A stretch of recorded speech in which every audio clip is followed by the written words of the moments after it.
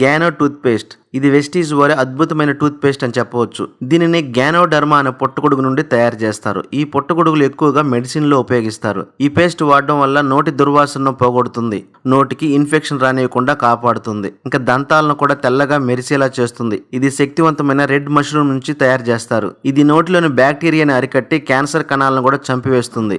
దాని ద్వారా mouth cancer రానివ్వకుండా రక్షిస్తుంది. చిగుళ్ళ మధ్య రక్త ప్రవాహాన్ని అరికట్టి దంతాలను తెల్లగా చేసి నోటిని ఎల్లప్పుడూ తాజాగా ఆరోగ్యంగా ఉంచుతుంది.